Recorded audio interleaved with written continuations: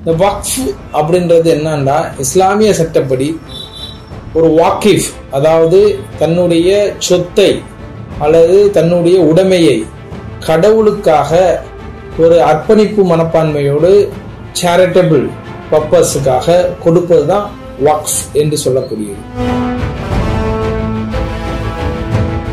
அது எத்தனை ஆண்டுகளாக இருந்தாலும் அது கடவுளுடைய சொத்து, அது பராமரிக்கப்பட வேண்டியது.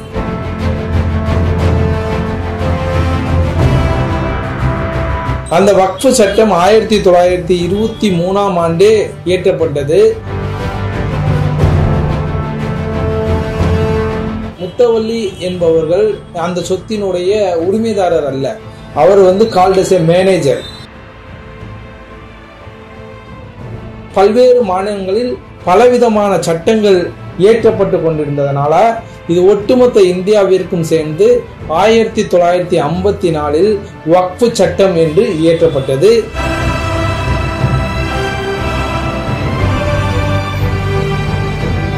அதில் சில மாற்றங்களை 2013 கொண்டு வந்தார்கள்.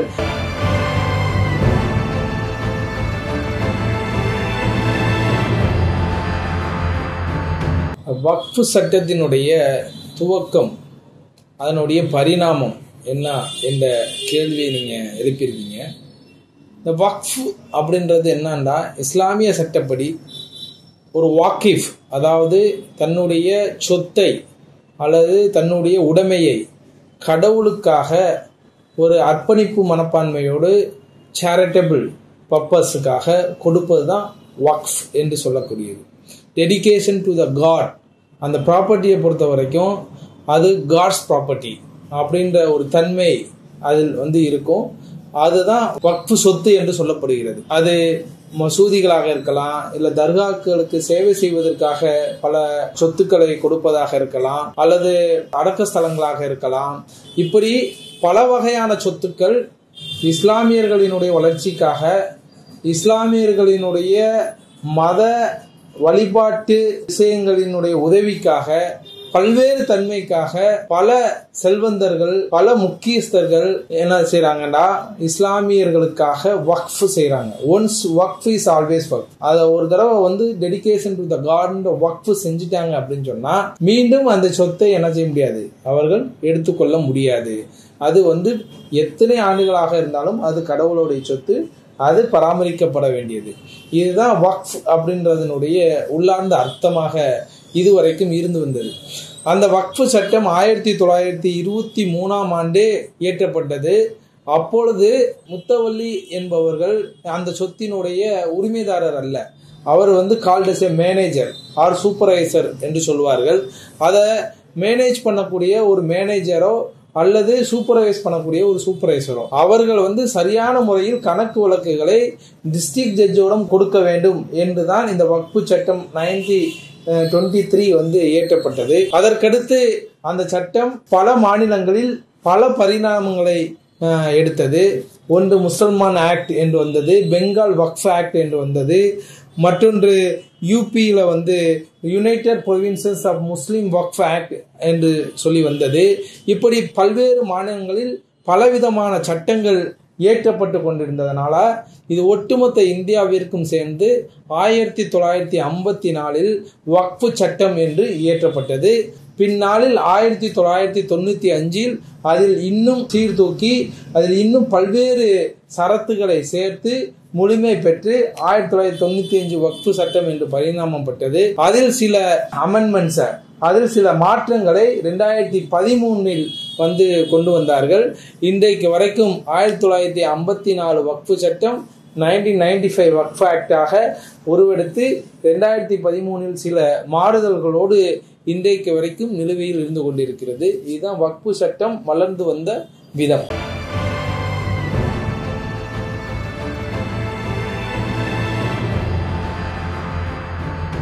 வக்ஃப் திருத்த மசோதா 2024 சட்ட பிரிவுகளுக்கு செல்வதற்கு முன்பாக இந்த சிறுபான்மை சமுதாயத்திற்கு என பல்வேறு பாதுகாப்புகளை அடிப்படை உரிமைகளை இந்திய அரசியலமைப்பு சட்டம் நமக்கு உருவாக்கி தந்திருக்கிறது. அதுல சுதந்திரமாக தன்னுடைய மத வழிபாட்டை பாதுகாக்கக்கூடிய அடிப்படை சட்டம், ரைட் டு ப்ரொபோஸ், நான் என்னுடைய மதத்தை பிரச்சாரம் செய்ய, நடைமுறைப்படுத்த, அந்த மத சடங்குகளை செயல்படுத்த, எல்லாவற்றிற்கும் ஒரு அடிப்படை உரிமையை சரத்து 26 30 வரைக்கும் வழங்கி இருக்கின்றது. அதே போன்று சிறுபான்மை சமுதாயம் நிர்வகிக்கக்கூடிய கல்வி நிலையங்களுக்கான உரிமை, minority educational institution, right to minority educational இன்ஸ்டிடியூஷனுக்கான உரிமைகளும் அடிப்படை உரிமைகளாக இந்திய அரசியலமைப்பு சட்டத்திலே வழங்கப்பட்டுள்ளது.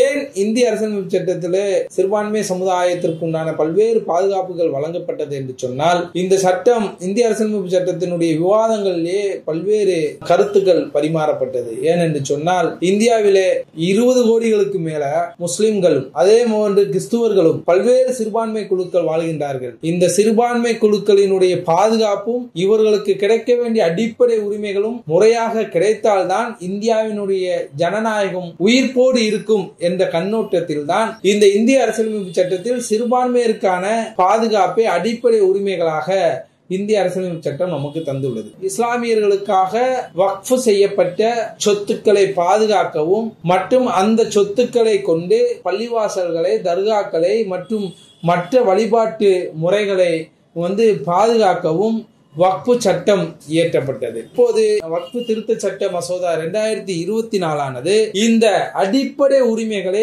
முற்றிலுமாக தகர்ப்பதாக இந்த திருத்த சட்டம் வந்திருக்கின்றது. இது என்ன சொல்லி இந்த திருத்த சட்டத்தை கொண்டு வர்றாங்க அப்படின்னு சொன்னா, டிரான்ஸ்பரன்சி ப்ராசஸ் என்று சொல்றாங்க. ஆனால் இது எப்படி இருந்தது என்று சொன்னால், சென்ட்ரல் கவர்மெண்டோட ஆக்டாக இருந்தாலும் ஒவ்வொரு ஸ்டேட் கவர்மெண்ட்டும் தேவையான வக்ஃப் போர்டு, அந்த கம்போசிஷன் என்று சொல்வார்கள், அதாவது சட்டமன்ற உறுப்பினர்கள், பாராளுமன்ற உறுப்பினர்கள், பார் கவுன்சில் உறுப்பினர்கள் மற்றும் ரிலீஜியஸ் அந்த இஸ்லாமிய மதத்தினுடைய கோட்பாடுகளை அதிகமாக தெரிந்து கொண்ட 2 எமினன்ட் பெர்சன்ஸ் என்று சொல்வார்கள், அதிகமாக தெரிந்து கொண்டவர்கள், இவர்களை பெண்கள், இவர்களை உள்ளடக்கிய ஒரு குழு தான் இந்த ஒட்டுமொத்த வக்ஃபு சொத்துக்களையும் மற்றும் அதன் கணக்கு வழக்குகளையும் இதுவரை நிர்வகித்து வந்தது. ஆனால் இதையெல்லாம் ஒட்டுமொத்த மாநில அரசினுடைய அதிகாரத்தை துடைத்தெறிந்து இதை நேரடியாக மத்திய அரசினுடைய கட்டுப்பாட்டிற்கு கொண்டு வரக்கூடிய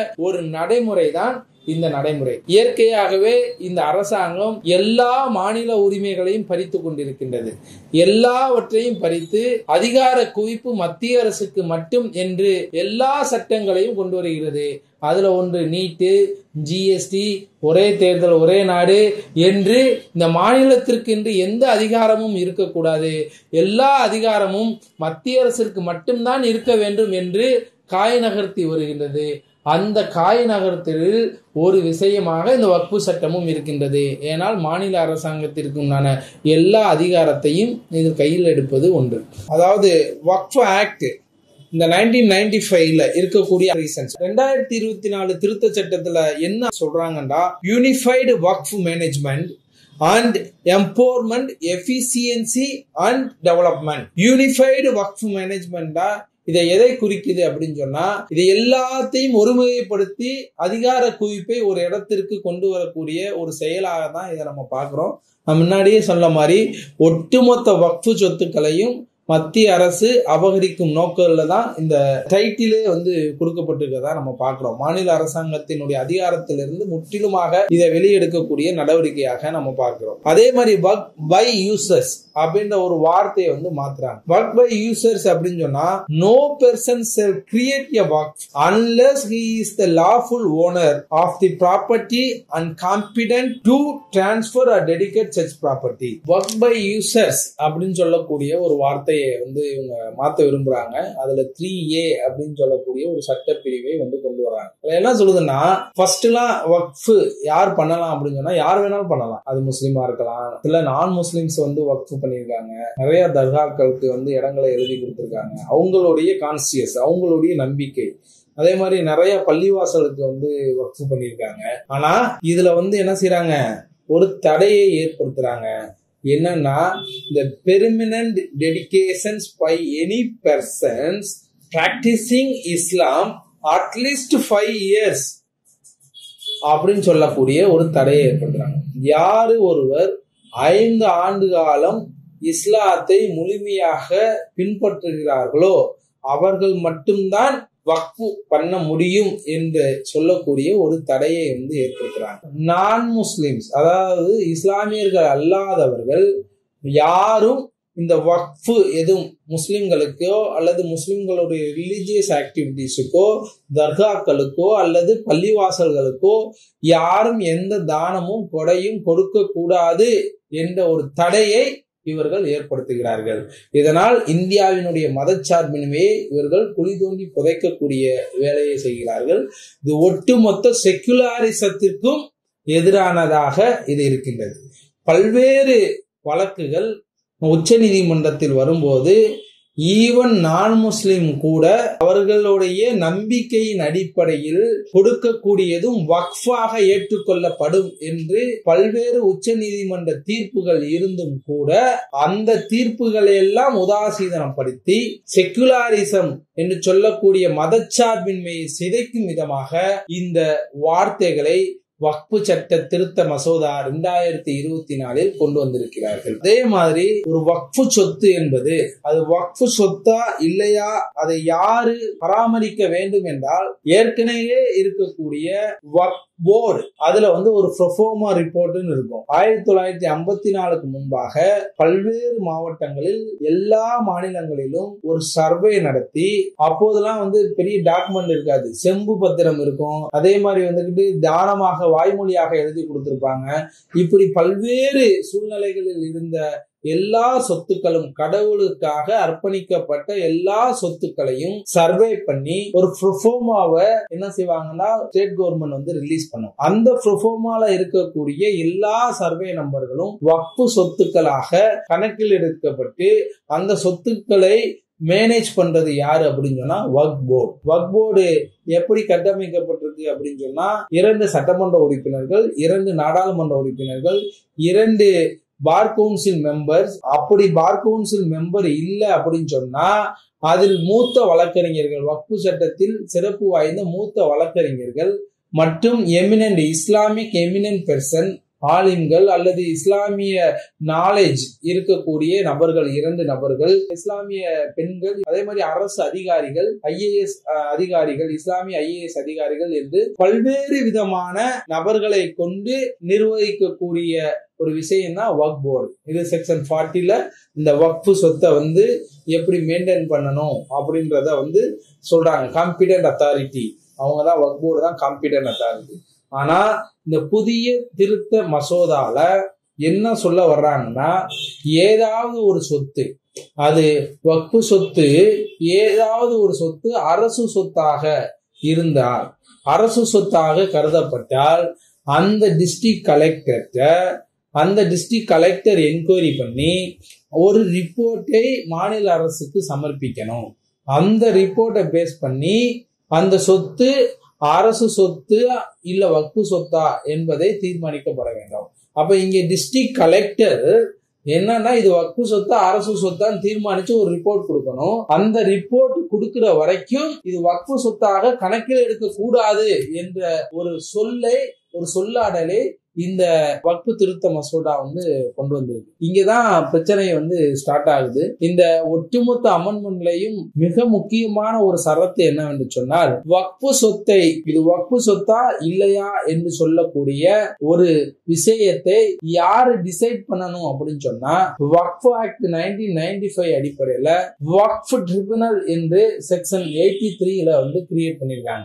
அந்த வக்ஃப் தீர்ப்பாயம் எப்படின்னா, ஒரு டிஸ்ட்ரிக்ட் ஜட்ஜு, ஒரு எமினன்ட் அட்வொகேட்டு, அதே மாதிரி ஒரு ரெவன்யூ டிபார்ட்மெண்ட்ல இருக்கக்கூடிய சீனியர் ஆபீசர் என்று சொல்லக்கூடிய 3 அடங்கிய ஒரு பெஞ்ச் கான்ஸ்டிடியூட் பண்ணி அதுல இந்த வக்ஃபு சம்பந்தமான எல்லா விஷயங்களிலும், அதே மாதிரி வக்ஃப் போர்டு எடுக்கக்கூடிய பல்வேறு முடிவுகளிலையும் யாரு ஃபைனல் ஜுடிஷியல் அத்தாரிட்டியாக இருப்பாங்கன்னா வக்ஃப் ட்ரிபியூனல் ஒரு ஃபைனல் ஜுடிஷியல் அத்தாரிட்டியாக இருப்பாங்க. ஆனா இந்த வக்ஃபு திருத்த மசோதா 2024 அந்த ஜுடிஷியல் பவரை எடுத்து அங்கங்க இருக்கக்கூடிய டிஸ்ட்ரிக்ட் கலெக்டர்கிட்ட கொடுக்குறாங்க. அந்த டிஸ்ட்ரிக்ட் கலெக்டர் இது வக்ஃபு சொத்தா இல்லையான்னு சொல்லி அவரே என்கொயரி பண்ணி அவரே முடிவெடுக்கலாம் அப்படின்ற ஒரு அதிகாரத்தை அங்கு கொடுக்கும் போது வக்ஃப் போர்டுக்கு உள்ள பவரையும் ஒட்டுமொத்தமாக குறைக்கப்படுகிறது. அதே மாதிரி ஜுடிஷியல்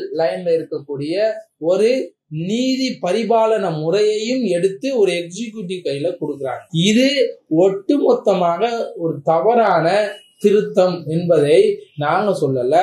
உச்ச நீதிமன்றத்துல பல்வேறு வழக்குகள்ல இது பட்டியலிடப்படுகிறது. தமிழ்நாடு ரெஜிஸ்ட்ரேஷன் ஆக்ட்ல கொண்டு வந்த ஒரு அமெண்ட்மெண்ட் சம்பந்தமாக, அதாவது இந்த டிஸ்பியூட் நிலம் சம்பந்தமான டைட்டில் டிஸ்பியூட், அதாவது அந்த நிலத்தினுடைய உரிமை இயல் வழக்கு சம்பந்தமானத உரிமையியல் நீதிமன்றத்துல இருந்து டிஸ்ட்ரிக்ட் ரெஜிஸ்ட்ராருக்கு பவர் கொடுக்கறாங்க. அப்ப அந்த வழக்கு சென்னை உயர் நீதிமன்றத்திலையும் உச்ச நீதிமன்றத்திலையும் வந்து வழக்காடும் போது எந்த ஒரு ஜுடிஷியல் ஆக்டிவிட்டியும் நீதி பரிபாலன முறையையும் ஒட்டுமொத்தமாக எடுத்து ஒரு எக்ஸிகியூட்டிவ் கையில கொடுப்பது சரி கிடையாது. அது வந்து சரியான தீர்வாக இருக்க முடியாது. இது ஒட்டுமொத்தமாக ரூல் ஆஃப் லாக்கு எதிரானது என்று தீர்ப்பளிக்கப்படுகிறது.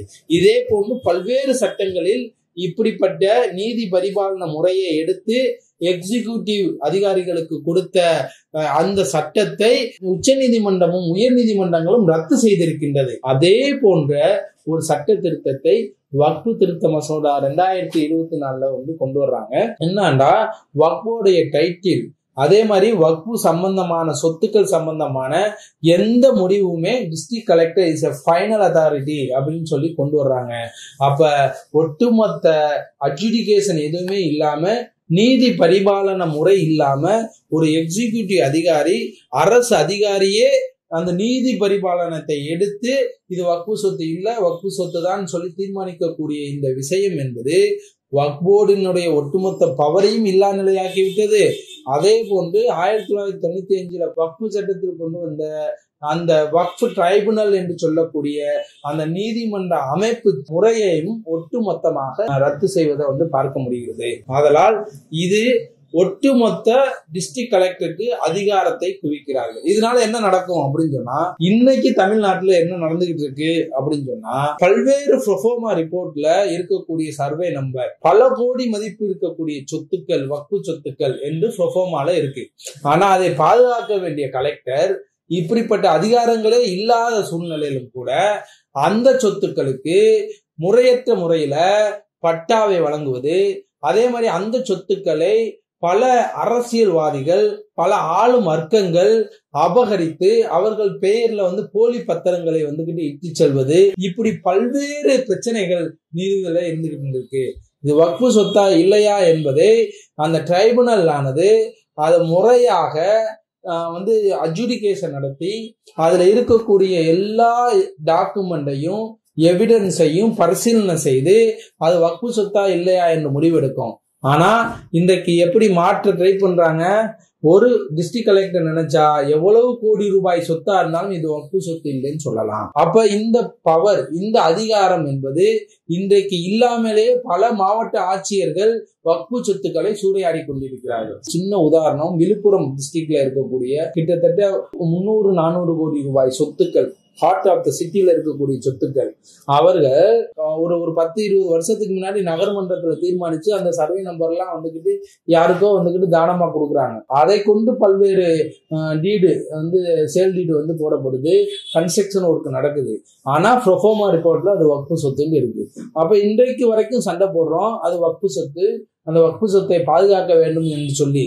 ஆனா டிஸ்ட்ரிக்ட் கலெக்டர்ல இருந்து அங்க இருக்கக்கூடிய லோக்கல் மினிஸ்டர்ல இருந்து ஆளும் வர்க்கத்தினர் எல்லாரும் அந்த சொத்தை அபகரிக்க முயற்சி பண்றாங்க. இந்த சூழ்நிலையில ஜுடிஷியல் ஒண்ணுதான் ஒரு நிரந்தர தீர்வாக, நீதித்துறையை நம்பி மட்டுமே பல்வேறு வக்ஃபு சொத்துக்களை பாதுகாக்கக்கூடிய பல்வேறு நபர்கள் நீதித்துறையை நம்பி மட்டுமே செல்லக்கூடிய ஒரு சூழ்நிலையில டிஸ்ட்ரிக்ட் கலெக்டருக்கு இந்த அதிகாரம் கொடுக்கப்படும் போது ஆளும் கட்சியினர், ஆளும் வர்க்கத்தினர், அதே மாதிரி இந்த சொத்துக்களை எல்லாம் வந்து அபகரிக்க வேண்டும் என்று சொல்லக்கூடிய லேண்ட் கிராப்பர்ஸ், இவர்கள் எல்லாத்திற்கும் இந்த சட்டம் ஒரு மிகப்பெரிய உத்வேகமாக அமையும். டிஸ்ட்ரிக்ட் கலெக்டர் ஈஸியா இன்ஃப்ளூயன்ஸ் பண்ணலாம். எக்ஸிகியூட்டிவ் அதிகாரி, மேலிட அதிகாரிகள் சொன்னா உடனே அந்த தீர்ப்பை மாற்றலாம். அது வந்து ஒரு ஜுடிஷியல் ஃபங்க்ஷன் இல்லை. எனவே இந்த மிகப்பெரிய திருத்தம், அதாவது டிஸ்ட்ரிக்ட் கலெக்டருக்கு உண்டான அதிகபட்சமான அதிகாரத்தை கொடுப்பது, அதே போன்று வக்ஃப் போர்டுக்கு இருக்கக்கூடிய அதிகாரத்தை குறைப்பதுதான் இந்த வக்ஃபு சட்டத்தினுடைய மிக முக்கியமான திருத்தமாக கருதப்படுகிறது. இப்ப டிஸ்ட்ரிக்ட் கலெக்டருக்கு என்னென்ன அதிகாரம் கொடுக்கப்படுது? டிஸ்ட்ரிக்ட் கலெக்டர் தான் அந்த வக்ஃபு சொத்தா இல்லையான்றத ஃபைனல் பண்ணணும். இந்த சட்டம் நடைமுறைக்கு வந்ததுக்கு அப்புறம் அவங்களே சர்வே பண்ணணும். இந்த தமிழ்நாட்டுல எல்லாம் சர்வே டிபார்ட்மெண்ட்ன்றது head of the survey commissioner சொல்லி தனியா இருக்கு. ஆனா டிஸ்ட்ரிக்ட் கலெக்டர் சர்வே பண்ணி இது வக்ஃபு சொத்தா இல்லையான்னு சொல்லி முடிவு பண்ணலாம். அப்ப இங்க என்ன ஆகுது அப்படின்னு சொன்னா, ஏற்கனவே 1954 ஒரு சர்வே எடுக்கப்பட்டு ஒரு ப்ரொஃபார்மா இருக்கு. அதற்கடுத்து அதுல ஏதேனும் டிஸ்பியூட் வந்தா மீண்டும் சர்வே பண்ணி அந்த சர்வே ரிப்போர்ட் அடிப்படையில இது வக்ஃபு சொத்தா இல்லையா தீர்மானிக்கிறதுக்கு ஒரு வக்ஃபு போர்டு இருக்கு. அதை சரியா தவறா என்று சொல்வதற்கு ஒரு நீதி பரிபாலனம் செலுத்துவதற்கு வக்ஃபு ட்ரிபியூனல் இருக்கு. இப்படி பல்வேறு செக் அண்ட் பேலன்ஸ் மெத்தடாலஜில இருக்கக்கூடிய ஒரு பாதுகாப்பான சட்டத்தை உடைத்து இவர்கள் டிஸ்ட்ரிக்ட் கலெக்டர் சர்வே பண்ணலாம். அந்த சர்வேயினுடைய விஷயத்தையும் டிஸ்ட்ரிக்ட் கலெக்டருக்கே கொடுக்குறாங்க. அதன் அடிப்படையில் அவங்களே ஒரு ரிப்போர்ட் ஃபைல் பண்ணி இது வக்ஃபு சொத்தா இல்லையா என்பதை தீர்மானிச்சுக்கலாம் அப்படின்னு சொல்லக்கூடிய இந்த அதிகார குவிப்பு என்பது ஒட்டுமொத்த வக்ஃபு சொத்தையும் அபகரிக்கக்கூடிய எண்ணம் கொண்டவர்களுக்கு மிகப்பெரிய சாதகமாக அமையும் என்பதில் எந்த விதமான சந்தேகம் இல்லை. இப்பொழுது இந்த சட்ட அதிகார குவிப்பு இல்லாமலேயே பல்வேறு மாவட்டங்களிலே பல்வேறு ஆட்சியர்கள், பல்வேறு மாவட்ட நிர்வாகத்தில் இருக்கக்கூடிய மிக முக்கியமான பொறுப்பாளர்கள் இந்த வக்ஃபு சொத்துக்களுக்கு போலியான பட்டா, போலியான வரி ரசீது என்று பல்வேறு டாக்குமெண்ட்டை குறித்து இந்த வக்ஃபு சொத்துக்களை எல்லாம் சட்ட சிக்கலுக்கு உட்படுத்தி கொண்டிருக்கின்றார்கள். இந்த அதிகார குவிப்பு இல்லாமல் இப்படிப்பட்ட அதிகாரம் கையில் கிடைக்குமானால் 1 மணி நேரத்தில் பல்லாயிரம் கோடி ரூபாய் வக்ஃபு சொத்துக்களை ஒரே கையெழுத்தில் என்ன செஞ்சிடலாம், இதை மாத்திடலாம். சரி, இதற்கு என்ன அடுத்த ரெமடி அப்படின்னு சொன்னா, அதை இந்த ஆக்ட்ல சைலண்டா வச்சிருக்காங்க. ஏதாவது ஒரு எக்ஸிக்யூட்டிவ் அதிகாரி எடுக்கக்கூடிய ஒரு டிசிஷனை நம்ம அடுத்த கட்டமா எங்க கொண்டு போவோம், ஜுடிஷியலுக்கு கொண்டு போவோம்ல. அப்ப இவர்கள் ஒரு ரிப்போர்ட் எடுக்கிறாங்க. இந்த ரிப்போர்ட்டை வக்ஃபு ட்ரைபுனல்ல டிசைட் பண்ணலாம். அந்த டிசிஷன் தான் ஃபைனலு. அதற்கு மேல அப்பீல், ஹைகோர்ட், சுப்ரீம் கோர்ட் இப்படி இருக்கும்ல. இது எல்லாம் இங்கே என்ன செய்யுது, மௌனமாக இருக்கின்றது. அதனால இந்த ஒட்டுமொத்த வக்ஃபு திருத்த சட்ட மசோதாவும் இந்தியாவில் இருக்கக்கூடிய பல்வேறு வக்ஃபு போர்டு உண்டான அதிகாரத்தை ஒட்டுமொத்தமாக தரைமட்டமாக்கி மாவட்ட ஆட்சியருக்கு இந்த அதிகாரத்தை கொடுக்கக்கூடிய ஒரு செயலை செய்யுது. இது மட்டுமல்ல, அதே மாதிரி இந்த போர்டு இருக்கு இல்லையா, அந்த போர்டோடைய கம்போசிஷன், அந்த போர்டோடைய கம்போசிஷன்ல நான் முஸ்லிம்ஸை முதன் முறையாக உள்ள கொண்டு வருவாங்க. உங்களுக்கு தெரியும், பல்வேறு வழக்குகள்ல அவங்க ஈவன் ஹெச்ஆர்என்சில கோயிலை நிர்வகிக்கக்கூடிய வழக்கு, அதே மாதிரி பல்வேறு மத வழிபாட்டு விஷயத்துல அந்த மத வழிபாட்டை பற்றி அறிந்த, அந்த கலாச்சாரத்தை அறிந்த அவர்கள்தான் அந்த மத வழிபாட்டை என்ன செய்யணும், வழிநடத்த தகுதியுடையவர்கள் என்பது நம்மலாம் பாக்குறோம். அதனால பிரச்சனையை ஏற்படுத்துவதற்காக முதன் முறையாக என்ன செய்யறாங்க, இந்த ஒட்டுமொத்த வக்ஃப் போர்டுல நான் முஸ்லிமும் உள்ள வரலாம். இதுவரைக்கும் என்ன நடந்துச்சு, இஸ்லாமிய சட்டமன்ற உறுப்பினர்கள், இஸ்லாமிய நாடாளுமன்ற உறுப்பினர்கள், இஸ்லாமிய வழக்கறிஞர்கள், இஸ்லாம் எமினன்ட் பர்சன்ஸ், இஸ்லாமிக் உமன்ஸ், அதே மாதிரி இஸ்லாமிய IAS அதிகாரிகள், இவர்கள் தான் இங்க இருந்தார்கள். ஏன்னா ஒரு இஸ்லாமிய மதம் சம்பந்தமான ஆக்டிவிட்டிஸ பாதுகாக்கக்கூடிய போர்டு இது. அதனால அவர்களை உள்ளடக்கிய குழுவால் அது இத்தனை ஆண்டு காலம் சரியாக நிர்வகிக்கப்பட்டு வந்தது. இப்போ முதன் முறையாக என்ன செய்யறாங்க, மாற்று மதத்தை சார்ந்தவர்கள் உள்ள வரலாம் அப்படின்னு சொல்றாங்க. அப்ப அவர்களுடைய பார்வை எப்படி இருக்கும்? அவங்க ஹோலி குரானின் அடிப்படையில இஸ்லாமிய மத வழிபாட்டுல பல்வேறு பிரிவுகள் இருக்கின்றன, பல்வேறு நுணுக்கமான பிரிவுகள் இருக்கு, கலாச்சாரங்கள் இருக்கு. அதற்கு ஏற்றவாறு அந்த கலாச்சாரத்திற்கு, அந்த பிரிவுகளுக்கு ஏற்றவாறான தீர்வுகளை கொடுக்கக்கூடிய இடத்தில் இருப்பவர்கள் முறையாக அந்த கலாச்சாரத்தை பற்றி நன்கு அறிந்து அந்த மத நம்பிக்கையை புரிந்து உணர்ந்து நடைமுறைப்படுத்தக்கூடியவர்களாக இருக்க வேண்டும். ஆனால் அதை உடைக்கும் விதமாக சில மாற்று மத சகோதரர்களை என்ன செய்றாங்க, இந்த போர்டுக்குள்ள நுழைக்கிறாங்க. இதன் மூலமாக இந்த ஒட்டுமொத்த கம்போசிஷன் என்னதையும் சிதைக்கக்கூடிய வேலையை வந்து பாக்குறாங்க. ஓகே, இந்த போர்டு வந்து பல்வேறு மாநிலங்கள்ல வந்து எஜுகேஷனல் இன்ஸ்டிடியூஷனா வக்ஃப் போர்டு நடந்துகிட்டு இருக்கு. அப்போ மைனாரிட்டி இன்ஸ்டிடியூஷனுக்குன்னு சொல்லி சட்டன் ரைட்ஸ் இருக்கு. அந்த மைனாரிட்டி இன்ஸ்டிடியூஷன்லயும் இந்த போர்டு மெம்பர்ஸ் உள்ள நுழைவதற்கான ஒரு வாய்ப்பு இருக்கு. அப்ப அது ஒட்டுமொத்தமாக எனக்கு கொடுத்த அடிப்படை உரிமை சரத்து 30 வந்து பறிப்பதாக இந்த சட்டம் வந்து இருக்கு. அப்ப மைனாரிட்டி எஜுகேஷனல் இன்ஸ்டிடியூஷன் ரைட்ஸையும் வந்து மறைமுகமாக இந்த சட்டம் பாதிக்கக்கூடிய ஒரு செயலை வந்து செய்யுது.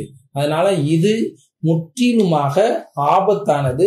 இது ஒரு மிகப்பெரிய பிரச்சனையை, கலவரத்தை, மத நம்பிக்கையில் அடுத்தவர்கள் மூக்கை நுழைக்கக்கூடிய ஒரு விஷயத்தை ஏற்படுத்தக்கூடிய ஒரு செயல். இதனால் எந்த பாதுகாப்பும் எந்த டிரான்ஸ்பரன்சியும் வராது.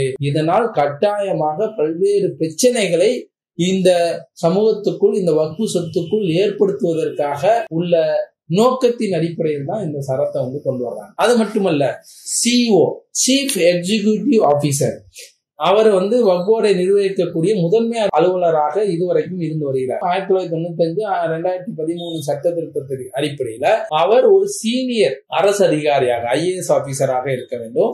அது மட்டுமல்ல, அவர் இஸ்லாமிய மதத்தை சார்ந்த, இஸ்லாம் மதம் மீது நம்பிக்கை வைத்த அதிகாரியாக இருக்க வேண்டும். அவர் தான் சீஃப் எக்ஸிகியூட்டிவ் ஆபீசராக இருக்க வேண்டும். ஆனா இந்த சட்ட திருத்தம் என்ன சொல்லுது அப்படின்னா, சிஇஓ, சீஃப் எக்ஸிகியூட்டிவ் ஆபீசர் யார் வேணாலும் வரலாம், இஸ்லாமிய மதத்தை சாராதவர்கள் கூட வரலாம் என்ற ஒரு சரத்தை வந்து உள்ள நுழைக்குது. அப்ப இதனுடைய கேரக்டர், இந்த வக்ஃப், இந்த ரிலீஜியஸ் கேரக்டரை டைலூட் பண்ணக்கூடிய ஒரு விஷயத்தை இந்த சட்ட திருத்த மசோதா பண்ணுது. பல்வேறு வழக்குகளை உச்ச நீதிமன்றம் சொல்லுது, once is waqf is always waqf, the character of the waqf cannot diluted, cannot amended அப்படின்னு சொல்லுது. அப்ப இந்த வக்ஃப் போர்டுன்றதே ஒட்டுமொத்தமாக பல்வேறு சூழ்நிலைகள்ல இருக்கக்கூடிய, பல்வேறு கலாச்சாரங்களில் இருக்கக்கூடிய தர்காக்களை, மசூதிகளை மற்றும் பிற ரிலீஜியஸ் இன்ஸ்டிடியூஷனை அந்த கேரக்டருக்கு ஏத்த மாதிரியாக மெயின்டைன் பண்றதுதான் இந்த வக்ஃப் போர்டுடைய வேலையாக இருந்தது. இப்ப அந்த கேரக்டரே தெரியாத நபர்களை, அந்த கேரக்டரே உள்வாங்காத நபர்களை இந்த போர்டுல நுழைக்கக்கூடிய ஒரு வேலையை வந்து என்ன செய்யுது, இந்த சட்ட திருத்த மசோதா வந்து செய்யுது.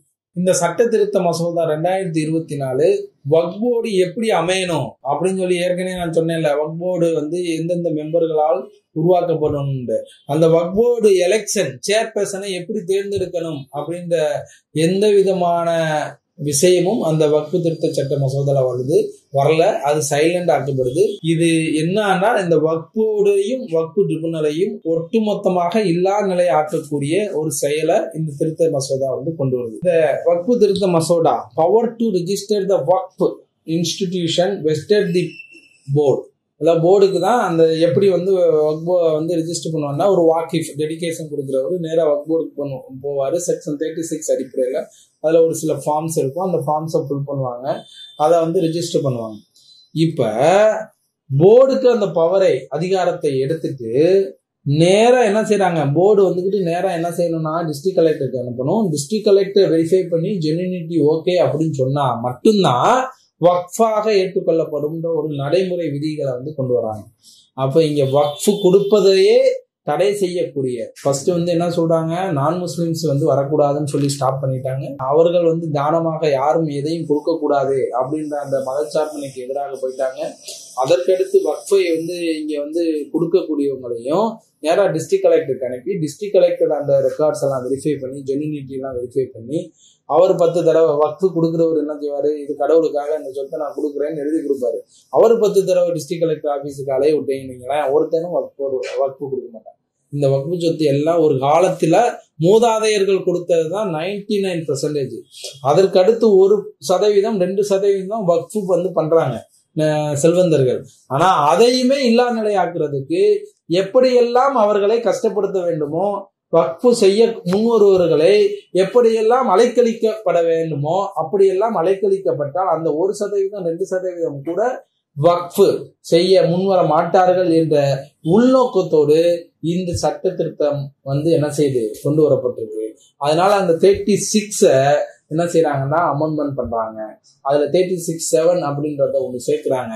டிஸ்ட்ரிக்ட் கலெக்டர்ட்டையும் அந்த பவரை வந்து, அந்த ரெஜிஸ்ட்ரேஷன் பவரை வந்து கொடுக்குறாங்க. 107 வக்ஃப் ஆக்ட் 1995 வந்து ஒரு ப்ரொடெக்ஷன் இருந்தது. என்ன அப்படின்னு சொன்னா, லிமிடேஷன் ஆக்ட் 1963 வக்ஃப் ப்ராப்பர்ட்டிஸுக்கு அப்ளை ஆகாது அப்படின்னு சொல்லி. அது என்ன சொல்லுது அப்படின்னு சொன்னா, ஒரு உரிமையல் சார்ந்த ஒரு டைட்டில் டிஸ்பியூட், இது வக்ஃப் சொத்தா இல்லையா அப்படின்றத தீர்மானிக்கிறது, ஒரு தனி மனிதனுடைய சொத்தா இல்லையான்றதை தீர்மானிக்கிறதுக்கு அவன் வழக்கு போடணும்னா அதுக்கு சட்ட லிமிடேஷன் இருக்கு. இத்தனை வருஷத்துக்குள்ளதான் வழக்கு தாக்கல் செய்ய முடியும் அப்படின்னு சொல்லிட்டு அந்த லிமிடேஷன் ஆக்ட் வக்ஃப் சொத்துக்கு அப்ளை ஆகாது.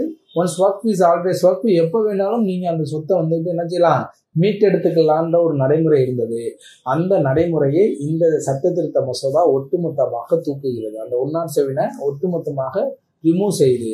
அப்படின்னா இன்டைரக்டா என்னன்னா, இந்த ஏலினேஷன்ல இருக்கக்கூடிய ஏற்கனவே கையகப்படுத்தி பல்லாயிரம் கோடிக்கணக்கான சொத்துக்களை வந்து கையகப்படுத்தி வச்சிருக்கக்கூடிய லேண்ட் கிராபர்ஸ், நில அபகரிப்பாளர்களுக்கு இந்த சட்டம் மிகப்பெரிய பெனிஃபிட்டாக இருக்கு. இன்றைக்கு தமிழ்நாட்டுல மட்டும் ஹார்ட் ஆஃப் த சிட்டில பல்லாயிரக்கணக்கான சொத்துக்கள் வந்து இந்த வக்ஃப் சொத்துக்கள் பல்வேறு லேண்ட் கிராபர்ஸ்னால, அரசியல்வாதிகள்னால அபகரித்து போலியான டாக்குமெண்ட் செய்யப்பட்டு இருக்கு.